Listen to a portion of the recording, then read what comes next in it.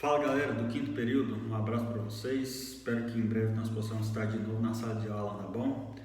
Por incrível que pareça, bem incrível que pareça mesmo, a gente sente falta da sala de aula, tá? Mas vamos lá usar o que a gente tem, a ferramenta que nós temos é o virtual por enquanto, então vamos nela aí para que a gente possa ganhar tempo e não entrar aí julho e depois empurra o próximo semestre para frente, a gente vai estar estudando ainda lá até em fevereiro, antes de começar Então, para evitar essa bagunça, vamos aqui no virtual para a gente ir acompanhando isso daí, para dar sequência na nossa disciplina e ficar tudo bom para ambas as partes, como diria aquele político, advogado, sei lá, Celso Russomano, tá bom? O que nós estamos estudando? Quem lembra? Eu lembro. Propriedade. Nós já estávamos dentro de propriedade. Falamos de algumas coisas sobre propriedade. Falamos da função social da propriedade, por exemplo. Trabalhamos um pedacinho do direito vicinal, direito de vizinhança, e vamos continuar nesse direito de vizinhança. Eu postei aí na plataforma um material, um texto.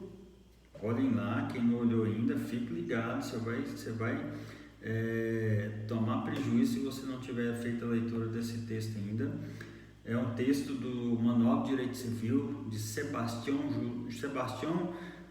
para a gente que conhece, Sebastião José de Assis Neto, nome artístico Sebastião de Assis Neto, tá bom? Ele é juiz goiano, escreveu o Manual de Direito Civil pela Juspodium. Eu gosto muito desse Manual de Direito Civil dele, bem completinho, vale a pena. E lá está postado então Direito de Vizinhança, acompanhe. Eu não vou ficar aqui nesse vídeo, porque senão vai ficar um vídeo de 2h30 trabalhando todos os tópicos do Direito de Vizinhança, mas eu vou fazer aqui um apanhado geral para ficar mais fácil a compreensão para você na leitura do texto, tá bom? Então, é casadinho, é vídeo e texto, não deixe isso passar batido, viu? Bom, nós trabalhamos então o artigo 1228, parágrafo 1º, função social da propriedade, parágrafo 2º, nós fomos jogados para o artigo 1277 e seguintes para estudar o direito de vizinhança. E aí nós começamos falando do uso anormal da propriedade, lá no artigo 1277, e falamos o seguinte: o uso anormal da propriedade pode ser por meio de atos abusivos, lesivos ou ilegais. Esses são os atos praticados pelo proprietário que caracterizam o uso anormal. E esse uso anormal ele pode ser feito cessar, né? Então eu posso fazer cessar essas interferências por atos abusivos, lesivos ou ilegais que atrapalham o meu, como vizinho, o meu exercício do meu direito de propriedade. Então, aquele que se sente prejudicado, aquele que se sente incomodado, pode fazer cessar essa primeira inteligência lá do artigo 1277 que nós já estudamos em sala de aula. Depois, nós falamos de árvores limítrofes. Lembra lá daquela árvore que nasce na divisa, que é plantada na divisa? Ela é condomínio. Se for uma árvore limítrofe que esteja ali dentro do terreno só de um, mas os galhos, as raízes ultrapassam os limites entre os prédios, aquele que se sentir prejudicado, aquele que estiver sendo prejudicado por esses galhos, por essas raízes, pode cortá-los até o plano vertical da linha divisória sem problema nenhum. Os frutos que porventura cair dessa árvore em terreno imóvel, melhor dizendo, particular, será do dono do imóvel, tá bom? Mas você não é dono do fruto quando ele ainda está ligado à árvore, ele pertence ao dono da árvore. Isso aí a gente já estudou, não tem problema contar isso, vamos passando. Então nós falamos da passagem forçada também, passagem forçada que tem como palavra-chave o encravamento de um prédio.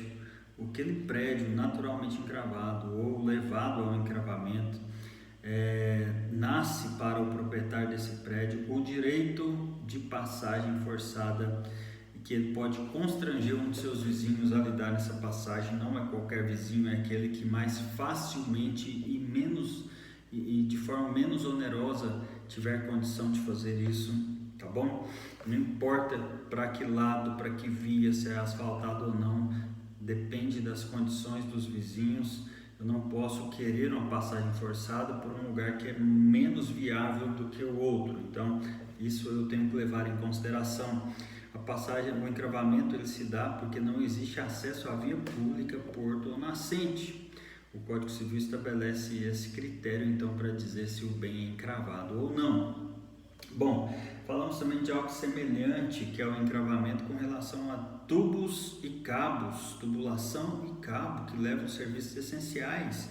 Então, é necessário que você entenda que quando o seu imóvel, o seu prédio não tem acesso a isso, você pode promover essa passagem forçada, constrangendo o seu vizinho a lhe dar essa passagem mediante indenização. Tanto na passagem forçada do artigo 1285, quanto na passagem de cabos e tubulações do artigo 1286 e 1287, é necessária então a indenização para que haja a possibilidade de se dar essa passagem, apesar de ser forçada, apesar de em ambas existir a possibilidade ou o direito do proprietário do prédio encravado de constranger o seu vizinho a lhe dar passagem, é mediante indenização cabal, uma única vez. Não importa se vai transferir aquele prédio onerado para outras pessoas, a indenização é uma única vez, pronto, acabou. E aí nós chegamos no outro direito vicinal aí, que é com relação às águas. O que eu tenho que levar em consideração aqui é o seguinte: nesse momento o legislador ele trabalha com dois tipos de prédios, o prédio superior e o prédio inferior. O objeto aqui da legislação entre os artigos 1288 e 1296 se refere ao que vai acontecer com a água que corre de um prédio para o outro. Então, se ela corre de um prédio para o outro, ela sempre vai sair do superior para o inferior. Isso é uma questão de física. Não tem jeito da água correr para cima, concorda? Corre para baixo. Então essas águas, o que eu faço com elas? Eu tenho uma casa próxima à divisa do meu terreno, aí a água que colhe ali no telhado, ela é despejada diretamente sobre o prédio vizinho. Está certo? Claro que não está certo. Na leitura que você vai fazer aí, você vai descobrir que isso está errado, que não pode acontecer. Eu tenho uma fazenda, e aí passa um ribeirãozinho ali, eu utilizo dessa água para as primeiras necessidades da vida, mas e o que eu não uso, o que eu faço? Você tem que deixar correr para o seu vizinho lá de baixo. E se for águas destinadas às primeiras necessidades da vida, alimentação, higiene pessoal, você não pode poluir, tá? Não pode poluir nada, mas essas você não pode poluir porque são indispensáveis à sobrevivência dos seus vizinhos lá embaixo. Se você fizer, você vai sofrer sanções graves a esse respeito, tá certo? Muito bem. E aí temos outro direito de vizinhança, que é o limite entre prédios e direito de tapagem. Você já ouviu falar que alguém chegou em um vizinho e falou: vamos fazer um muro aqui na divisa, nós dois, um muro de tijolo e tal. E aí um vizinho falou assim: rapaz, eu não tenho dinheiro agora não. E aí aquele que propôs a construção falou: mas você é obrigado a construir comigo. Já viu isso? Pois é, isso na verdade é previsão do Código Civil. Fala sim que um vizinho pode constranger o outro a construir com ele um muro para dividir e repartir as despesas. Agora preste bem atenção, você vai ficar brigando com o seu vizinho porque ele não quer te ajudar? Tudo bem, é previsão do Código Civil, mas se ele não tem dinheiro, como que você vai fazer? Você vai construir um muro e vai ficar cobrando dele: me dá 10 mil, me dá 10 mil, me dá 10 mil, que é a sua parte? Não faça isso. O que você faz? Essa é a divisa, né? Você vai construir um muro aqui, ó. Esse muro, quando ele é feito aqui em cima da divisa, metadinho para lá, metadinho para cá, ele é um muro condomínio, é desse proprietário e é desse proprietário, ok? Mas se o proprietário de cá quer construir e o proprietário de cá não quer construir, você vai construir, você que quer vai construir em cima da divisa, constrói para dentro do seu terreno, você perde aqui 10 centímetros, 15 no máximo, mas o muro vai ser só seu e você não vai precisar de brigar nem matar o seu vizinho, tá bom? Você vai constranger ele a construir se ele tiver condição. Se ele não tiver, constrói dentro do seu muro. E aí, depois, o seu muro é só meu, o muro é só seu, ele não pode usar para nada. Olha aí que beleza, né? Ah, então ele não pode usar a parede do meu muro para fazer um barraco do lado dele, não pode.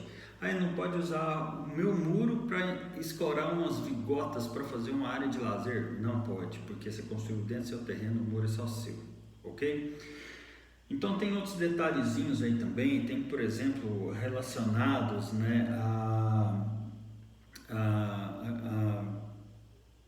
invasão de pequenos animais em outras propriedades.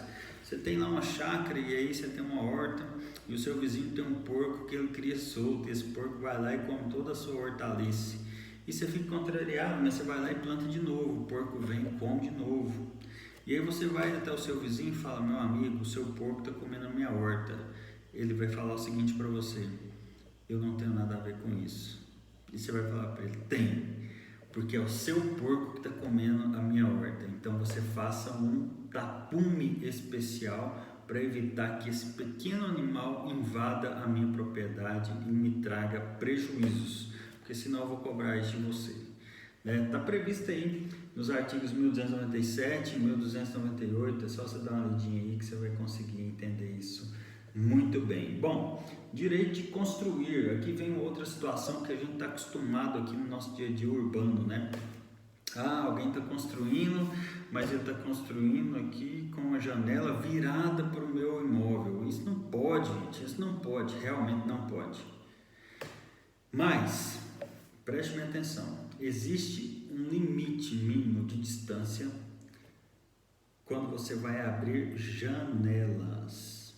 Gente, eu não estou falando aí de financiamento pela Caixa Econômica, tá bom? Esquece financiamento da Caixa Econômica, tem suas próprias regras.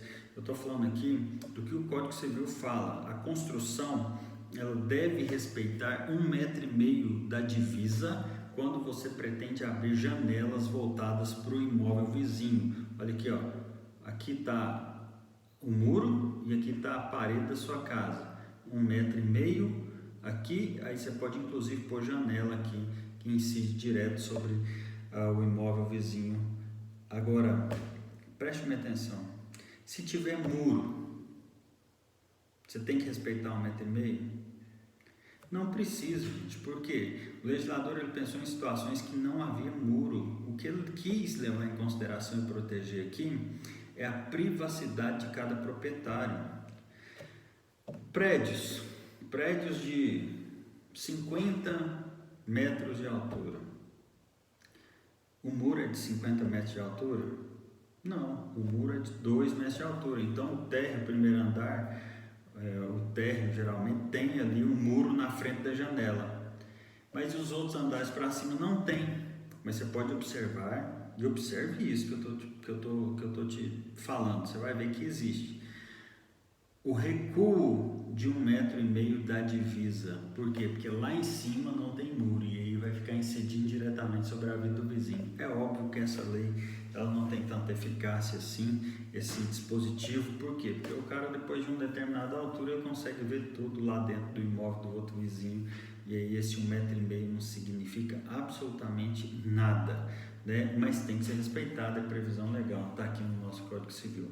E se for um imóvel rural, então tem que respeitar 3 metros de recuo para construir uma janela voltada para o imóvel do meu vizinho.